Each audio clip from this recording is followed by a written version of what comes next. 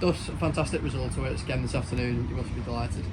Yeah, delighted with the result at the end. I thought we started the game really well. Obviously, on the front foot, moved the ball well, got the goal, and then I thought we took our foot off the gas a little bit and allowed them back into the game, which obviously a little bit disappointing. But look, they're a decent team. They've been on a good run. They've won the last 5 games. So, but yeah, it was a good result. Yeah, it wasn't all plain sailing as you alluded to, just a little bit there. How much game management did that require, especially in the closing stages? Yeah, definitely. Obviously, with themselves going down, getting 2 men sent off, it makes it a lot easier for ourselves to move the ball about the pitch. So it is about game management, and it's about picking the right moments to go forward and open them up, because obviously they have got to step onto us because they're losing. So it's about game management, like you said, and just picking those moments really. It was a much more evenly matched first half. Dan Sweeney still managed to get us in front midway through it. 2-2 for him. You must be delighted for that. Yeah, look, Dan's a fantastic player. Obviously, we know what he can do, what he brings to the team. I thought his all-up play in the first half was superb, brought players into play. And yeah, obviously at the end of the day, strikers, counted on goal, judged on goals, and he's got 2 in 2. So obviously we're all delighted, and himself, he's delighted in it.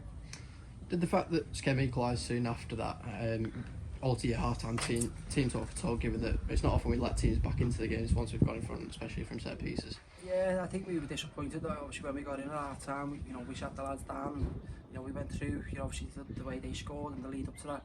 There was a few mistakes in there, and then obviously scoring off a set piece, he's got a free header in the middle of the goal, 6 yards out. So obviously we'll have to look at it again, but obviously it's not good on our behalf because it's too easy, and that's something that's not really like us.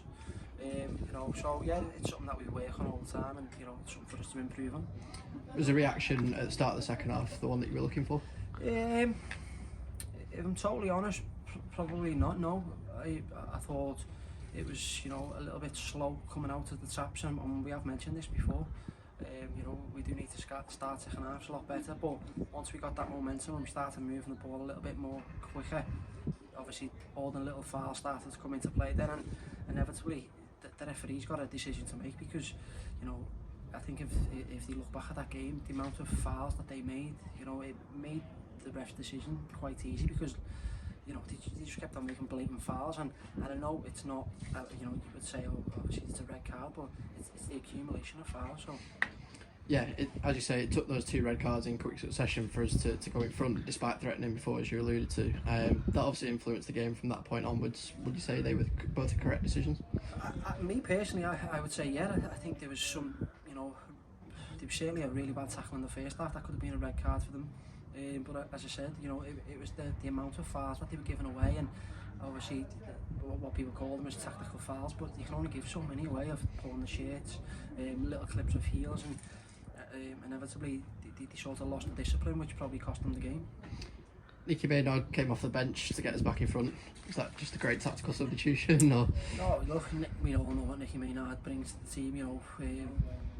He's still the best finisher at the club. His movement's fantastic, and obviously for the goal, we've played the short corner, and you're just putting it into an area, and we'd had chances prior to that, and you're hoping that he falls to somebody like Nicky, and obviously more often than not he puts them in the back of the net like he showed. Brandon came off straight after that, I think it was. Looked like he was struggling when Grimmy came on. Is he okay? Yeah, I think he's okay. Just a little bit of precaution with Brando. Obviously he missed last week with his groin, and I think he was a little bit tired and getting a little bit of cramp, so it was just a tactical substitution to bring him off. Alex Curran and Kane Drummond sealed the deal late on. Alex continues an impressive run of form, whilst Kane got a well-earned goal as well for himself. Massive positives for you, I'm sure. Of course, and obviously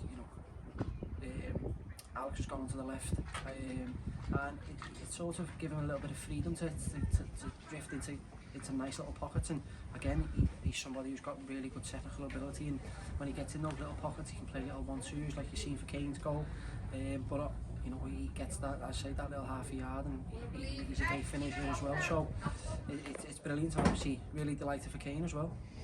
It's back to 13 clear at the top as results went in our favour this afternoon. There must be temptation to get carried away, but league still have a game in hand. I'm sure you just continue to focus on the task in hand, starting with Trafford on Saturday. That's it. That's all we can do. And you know, obviously, we let other people talk about, you know, the league, is it done or whatever. But look, we prepare right for every single game. You know, we'll train hard all week, and yeah, we'll just look at the next game, and we'll just want to win as many games as possible. I think it's 18 unbeaten now, while me and Danzy have been doing it. So you know, we want to continue that.